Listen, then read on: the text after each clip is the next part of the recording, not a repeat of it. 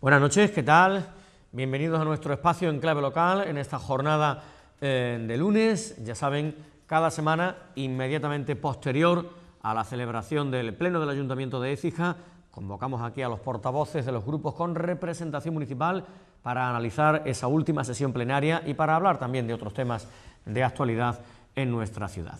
El Pleno tuvo lugar el jueves de la semana pasada. Hemos tenido el puente de por medio con la jornada del Día de Todos los Santos y de Todos los Difuntos el fin de semana y ya vuelta, ¿verdad?, a la rutina después de estos 3 o 4 días de celebración. Y aquí estamos con la portavoz de Izquierda Unida, Loli Rodríguez, para analizar ese pleno del Ayuntamiento de Écija. Loli Rodríguez, buenas noches. Buenas noches. Muchísimas gracias por estar con nosotros. Por cierto, que hablando de este puente, pues también Izquierda Unida, ¿verdad? Como cada año, como es tradicional, ha visitado el cementerio municipal el pasado día 1 en concreto. Siempre es una jornada muy señalada, ¿no? Pues sí, todos los años vamos al cementerio, a la fosa común de los fusilados en la época del franquismo. Hay que decir que allí hay 200, casi 300 personas víctimas del franquismo. En una ocasión, como fue el comienzo de la Guerra Civil, que Écija no presentó ninguna oposición, se hizo simplemente por escarmiento. Y bueno, pues como siempre fuimos a recordarlos con el deseo de que nunca más vuelva a suceder una cosa así, y nos encontramos un poco dolidos porque tuvimos una sorpresa, que siempre alrededor de la fosa se ponen flores con la bandera republicana, porque todas aquellas personas eran republicanas, y este año por primera vez pues no las han puesto así, no sé por qué, y había rosas rojas que están muy bonitas, pero a nosotros nos hubiera gustado que se siguiera con esa tradición que le debemos a estas personas. Pues dicho queda. Del pleno del Ayuntamiento de Écija del otro día, lo primero, bueno, arrancaba la sesión plenaria con la toma de posesión del nuevo concejal en sustitución, lo hizo por esa renuncia por motivos personales de Carmen López Pizarro, la toma de posesión de Sergio Gómez Ramos, como digo, en sustitución de Carmen López. Y el pleno, por cierto, casi terminaba también, se analizó también el tema por urgencia con la, hemos conocido, dimisión, que también ofrecíamos el dato el otro día aquí en el informativo, de Francisco Obregón Rojano, desde las filas también del Partido Socialista. O sea que una toma de posesión de un concejal nuevo del PSOE, otra dimisión también en el seno de los socialistas. ¿Algo que opinar desde las filas de Izquierda Unida sobre este tema? Nada, pues fue una buena noticia, una bienvenida a una persona joven, inteligente, participativa, que creo que es Sergio. No lo conozco mucho, pero lo he visto debatir y creo que es una persona que tiene buenas intenciones y, por supuesto, todos los que nos implicamos en la participación ciudadana tenemos buenas intenciones, casi todos, y le dimos la bienvenida, como es natural, y también lamentar que por motivos personales Paco Obregón pues dejara la corporación municipal, y agradecerle su trabajo de tantos años aquí en la Junta de Andalucía, aunque él me aseguró que seguirá trabajando en política porque le gusta y porque bueno, piensa que es lo que debe hacer. Entonces, pues agradecerle su trabajo y recibir a Sergio. Ahondaremos en esta cuestión sin duda el próximo miércoles con el portavoz aquí del Partido Socialista, porque indudablemente las manifestaciones días atrás, en rueda de prensa, esas explicaciones, los argumentos que dio Paco Obregón, sin duda van a dar para que le preguntemos aquí al portavoz del PSOE el próximo miércoles, Juan Huic. Bueno, yo creo que si ha habido disensiones dentro del partido y ha habido problemas, eso es un asunto que pasa en todos los partidos y que no nos debemos meter. Yo, por lo menos, y menos en un pleno, la verdad me pareció lamentable que alguien se hiciera leña de un asunto que es en el interior de un partido, en la intimidad de un partido, ¿no? Se refiere usted, creo, a las palabras, en este caso, del portavoz del Partido Popular, Rafael Serrano. Exactamente. Bueno, del pleno del otro día, quizás destacar también, se daba cuenta de la contratación de las obras del arroyo Argamasilla, obras por emergencia, con un capítulo presupuestario, con un presupuesto de aproximadamente 80.000 euros, algo más, 8.369 euros, en el tramo inicial, calles John Lennon hasta Plaza del Matadero, unas obras de las que también hemos hablado ya en nuestro informativo, en Écija Comarca Televisión, unas obras importantes y que se ejecutan a raíz de la emisión de un informe por parte de la empresa Agua Campiña, que ponía de manifiesto que allí se debía de actuar. ¿Qué le parece este tema? Bueno, a mí me parece genial, ¿no?, que si el informe dice que hay que arreglar el arroyo de la Argamasilla, pues se arregle, y me parece que es urgente y es un asunto de necesidad. Lo que yo le dije al señor Serrano es que, bueno, me parecía un poco tarde, porque menos mal que no han empezado las lluvias, sino igual no se podía haber arreglado. Entonces me dijo el señor Reina, que ellos habían pedido el informe a principios de verano y que se lo habían dado el 14 de octubre, creo, Agua Campiña. Y entonces que ya a partir de ahí buscaron el dinero, una partida presupuestaria, una modificación de crédito. Y otra cosa que les dije, que bueno, que ahí se ve que cuando el dinero es necesario, pues se busca, ¿no?, se hacen modificaciones de crédito, y el problema es lo que consideramos necesario, porque aquí quiero decir que hay 3 trabajadores en el ayuntamiento que llevan 3 meses sin cobrar, 3 meses, cuando se dijo que antes de que hubiera algún trabajador sin cobrar, pues no iban a cobrar los concejales del ayuntamiento, y a día de hoy llevan 3 meses sin cobrar. Entonces, no pueden decir que es por falta de dinero, porque ya hemos visto que cuando se quiere se modifican las partidas, y yo no sé si será una represalia o qué sea, ellos lo sabrán. Respecto al tema de la Argamasilla, poco más que decir, ¿no? Supongo que desear que terminen las obras cuanto antes y que el arroyo quede muy limpio, ¿no? El cauce soterrado, en definitiva, ¿no? Y ahí estuvimos todos de acuerdo, todos los grupos políticos de acuerdo. Bueno, se hizo un rifirrafe, como siempre, con que tú pediste el informe antes, tú pediste el informe después. Pero vamos, yo no quiero ya entrar en eso, porque la verdad que nos tiene un poco aburridos. Pues la verdad es que sí. Se refiere la portavoz de Izquierda Unida, y lo hablaremos aquí también en el transcurso de la semana, mañana con el portavoz del PA y pasado mañana con el portavoz del PSOE, a un informe que sacó el delegado de Medio Ambiente, Fernando Reina, en el que aludía a lo acontecido en el año 2010, ¿verdad?, con aquellas inundaciones en la zona de Porta Osuna durante el mes de febrero y el mes de marzo de 2010, el informe de la empresa, aludiendo a la necesidad también de ejecutar obras de mejora en el cauce soterrado del arroyo Argamasilla, y que esas obras, decía Fernando Reina, no comenzaron hasta la segunda quincena del mes de octubre, y luego ustedes recordarán lo que pasó en el mes de diciembre del año 2010 con hasta 6 inundaciones. Y decía eso Fernando Reina en contraposición a lo que ha hecho ahora, según su opinión, el gobierno local del Partido Popular y del Partido Andalucista, que, según el delegado, pues ha actuado con bastante más diligencia y con bastante más eficiencia. En fin, eso lo hablaremos mañana con el portavoz del PA y pasado mañana con el portavoz del Partido Socialista. En definitiva, reflejar que se trataba de un dar cuenta de esas obras, 80.000 euros de presupuesto para arreglar esos tramos iniciales del cauce soterrado del arroyo Argamasilla, desde la embocadura prácticamente, desde la calle John Lennon hasta la Plaza del Matadero. ¿Algún otro asunto más de interés del Pleno? Fundamentalmente se me ocurre preguntarle por uno, ¿no? Esa modificación del reglamento orgánico municipal que va a permitir la participación ciudadana. Nos parece un asunto muy importante. Sí, a mí la verdad que me parece muy importante, me parece que es un paso por la participación ciudadana. Nosotros somos siempre partidarios de la democracia participativa. Iniciamos en su día los presupuestos participativos, que luego no se han continuado, y la audiencia vecinal, que los vecinos o las vecinas puedan antes del pleno, media hora antes del pleno,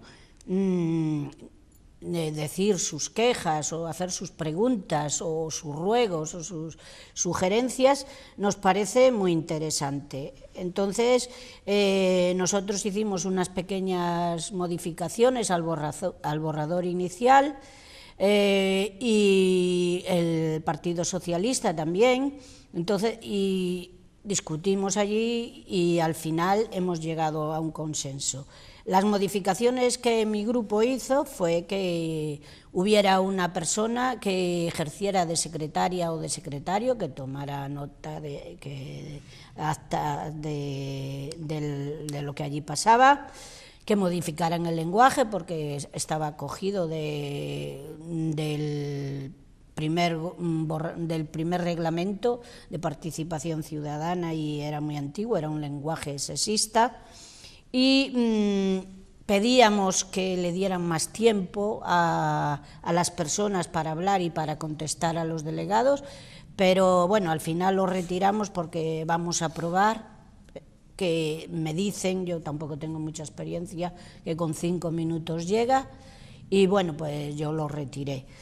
Y después también otra cosa que me parece una sugerencia de mi grupo, que me parece muy interesante, es que los niños y niñas y adolescentes, las asociaciones juveniles y sus representantes puedan participar también en la audiencia vecinal. ¿Por qué? Porque me parece que hay que educar a los niños y a las niñas y a los jóvenes en los asuntos en que se impliquen en el gobierno de nuestra ciudad y que tomen conciencia de los problemas, de las cosas que pasan en Écija, ¿no? Y que la cuiden. Entonces me parece que los niños, aunque parezca que alguien pueda decir, un niño que va a decir, no, pues se habla en clase antes, se hace asamblea, se discute qué pasa en mi barrio, qué ocurre, vamos a preguntárselo, vamos a decírselo al alcalde. De hecho, cuando yo ejercía de maestra, más de una vez los alumnos y alumnas de mi clase me acuerdo que escribieron al alcalde entonces, a Fernando Ramos, y les contestó de puño y letra, y les hizo mucha ilusión porque vieron que le atendían sus problemas, que también son importantes. Por supuesto que sí. Bueno, les explico rápidamente cómo se va a hacer esto a partir de ahora. Antes del inicio de cada pleno, ¿verdad?, el alcalde va a convocar una audiencia vecinal en la que podrán participar los vecinos, cualquier vecino, cualquier vecina o representantes de cualquier entidad ciudadana. Esta reunión, esta audiencia vecinal, se va a celebrar media hora antes del inicio de cada pleno, por tanto a las 6:30 de la tarde. Perdona. Sí, quiero decir, está bien que lo expliques, pero quiero decir que yo insistí mucho en que se dedique un programa especial para explicar esto. Lo haremos. Para explicar esto. Y para fomentar la participación. Incluso ir a las asociaciones y a los centros de enseñanza para explicarlo bien, ¿vale? Sí, me parece muy bien porque, efectivamente, para fomentar esa participación, ¿verdad?, de los vecinos en este cauce que se ha establecido a través de la aprobación en el Pleno, y que nos parece muy interesante el que los vecinos puedan efectivamente participar. ¿Cómo? No en el Pleno en sí, sino media hora antes del inicio del Pleno, a las 6:30, se convoca esa audiencia vecinal por parte del alcalde y los vecinos o representantes de las entidades podrán participar. ¿Cómo? Pues primero tendrán que solicitarlo, naturalmente, esa petición de intervención en esta audiencia vecinal, tendrán que solicitarlo los vecinos que así lo estimen oportuno, mediante el correspondiente escrito en el Registro General del Ayuntamiento, un escrito que dirigirán al concejal o concejala de Participación Ciudadana. En ese escrito, ¿qué van a poner? Pues van a poner, lógicamente, el asunto, ¿verdad?, que pretenden abordar en esa audiencia vecinal, un tema siempre, naturalmente, de interés municipal. ¿Cuántas intervenciones habrá en esa audiencia vecinal? Un máximo de 6 y durante 5 minutos cada una. Por eso esa media hora antes, a las 6:30 arranca esa audiencia vecinal y a las 7 ya el pleno en sí. ¿Y cuándo se les va a contestar a los vecinos? Pues se va a contestar o bien por parte del alcalde o del concejal o concejala que designe en ese mismo momento. En ese mismo momento se va a contestar a los vecinos durante esa media hora previa a la celebración del pleno, y solamente ante una causa que esté debidamente justificada se podrá posponer o retrasar la contestación hasta la siguiente audiencia vecinal, o bien remitir la contestación por escrito en un plazo no superior a 15 días. En definitiva, que si usted quiere plantear al Pleno de la Corporación alguna cuestión que atañe, que tenga que ver con su barriada o con... podrá solicitarlo por escrito, se le convocará a esa audiencia vecinal y podrá plantear esa cuestión. Yo creo que más o menos lo he explicado bien y se llevará a cabo todo esto durante la media hora previa al arranque oficial del pleno a las 7 de la tarde, el último jueves de cada mes. Y otra cosa... En fin, vamos a ver, ¿no?, qué respuesta tiene por parte de los ciudadanos. Y otra cosa que también pusimos en principio, que se transmita por televisión. Si vemos que la gente por las cámaras le cohíben y no quieren, pues entonces se puede cambiar. Vamos, otro tema que también, hablando de televisión, allí se propuso que se le habilitara a la letrada del ayuntamiento para emprender acción judicial contra el Ayuntamiento de Fuentes de Andalucía por haberse salido de televisión, Écija Televisión Comarcal, Televisión Comarcal de... No. Écija Comarca Televisión, sí. Écija Comarca Televisión. Y entonces nosotros pensamos que debemos defender los intereses de Écija, por supuesto, y votamos a favor de que se nombrara una letrada, pero también dijimos que no debíamos de llegar a ese extremo. De hecho, yo he estado hablando con el alcalde de Fuentes y con el concejal Francisco, que lleva el tema, y me han dicho que ellos están dispuestos a hablar con Fernando Reina o con el alcalde de Écija y llegar a un acuerdo, pero y que su opinión de ellos es que tienen las de ganar en caso de un juicio, lo cual sería lamentable, sería peor para el ayuntamiento.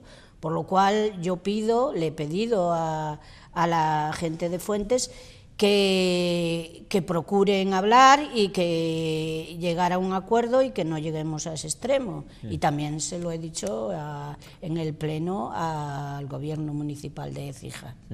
¿Alguna cuestión más del pleno del otro día, ya para terminar, Loli Rodríguez? ¿Ya?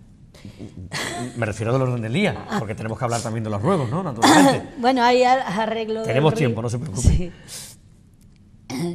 Tenemos el ruego institucional... ¿Del orden del día quiere destacar algo más? Sí. Venga, del arreglo del ruego institucional del PSOE, del arreglo del río, que se continúen las obras hasta el puente de la autopista y el cauce histórico, el arreglo del Azú.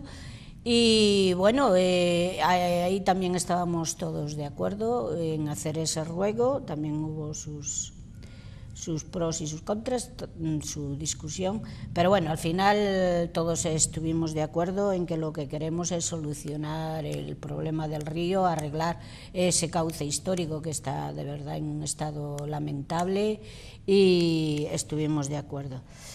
Y después un ruego institucional de Izquierda Unida, pidiendo la dimisión del ministro Wert por la ley de educación, pidiendo que se retirara y pidiendo que se hiciera un gran pacto educativo. Entonces, pues claro, como era de esperar, el señor Serrano pues dijo que bueno, que él no estaba de acuerdo con lo que yo opinaba, no yo, sino mucha gente, hay una verdadera marea verde todos los días protestando, es el ministro que más que ha conseguido unir a los padres, al alumnado y a los profesores contra esta ley. Y sin embargo, permítame que le pregunte, ¿no le decepcionó la respuesta de Écija hace unos días ante la convocatoria que se hizo?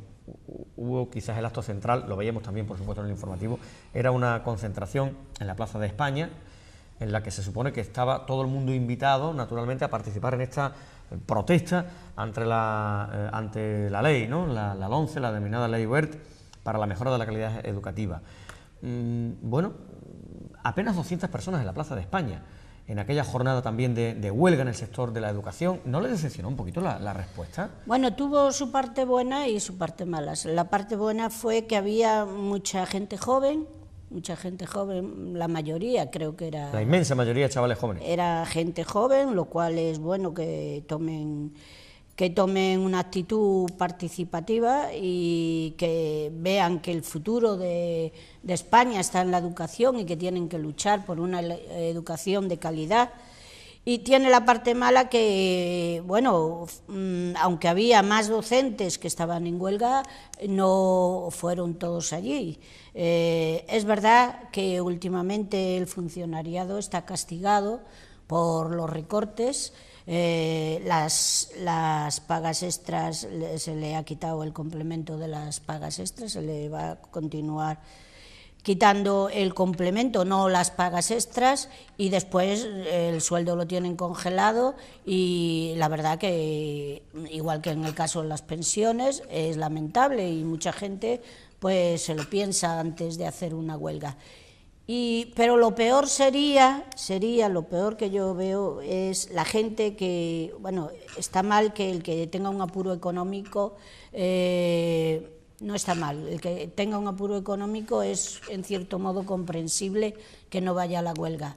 Pero lo que me da mucha pena, y bueno, yo se lo dije a una maestra que estuvo allí, no sé si la visteis, en el pleno protestando, no protestaba contra la ley de educación, protestaba por las palabras del señor Serrano en contra de la educación pública. Entonces yo se lo dije a ella, que lo que me da más pena es que la gente piense que no se puede hacer nada, y que mucha gente no va a la huelga porque piensa que no sirve para nada, cuando en otras comunidades, como en Baleares, han estado días y días de huelga, han perdido mucho dinero, y en otras ciudades, pues en el mismo plan, han estado gente manifestándose y haciendo huelga y perdiendo. Luego nadie va a renunciar a las mejoras que consigamos.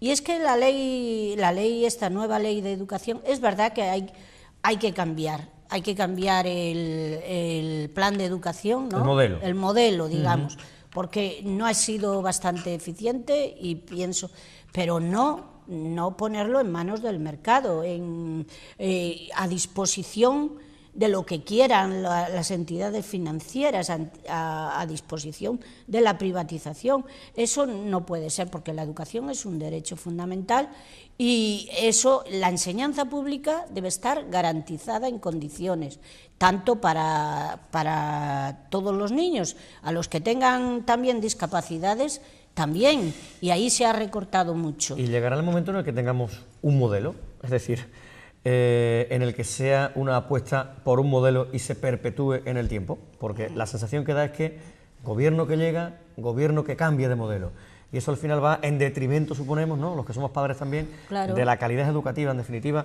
de nuestros alumnos y alumnas, ¿no?, de nuestros niños y de nuestras niñas. Llega un gobierno, cambia el modelo anterior, llega otro gobierno, no le vale el modelo educativo anterior, implanta el suyo.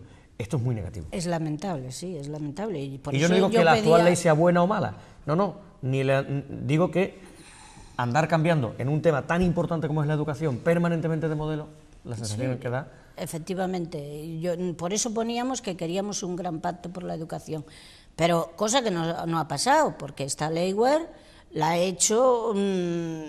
Sí, con consenso no nace, eso está claro. No, ha habido consenso entre toda la oposición, sí, menos el Partido Popular, ha habido consenso entre toda la oposición, Por lo cual debían de plantearse hacerla en condiciones, por lo que dices, que es el derecho a la educación y el futuro. Es que es tan importante, el futuro del país depende de la educación. Tampoco es verdad que haya sido tan mala la educación, porque todo el mundo sabe que nuestros hijos tienen una formación mucho más elevada que nosotros y que nuestros abuelos, por supuesto.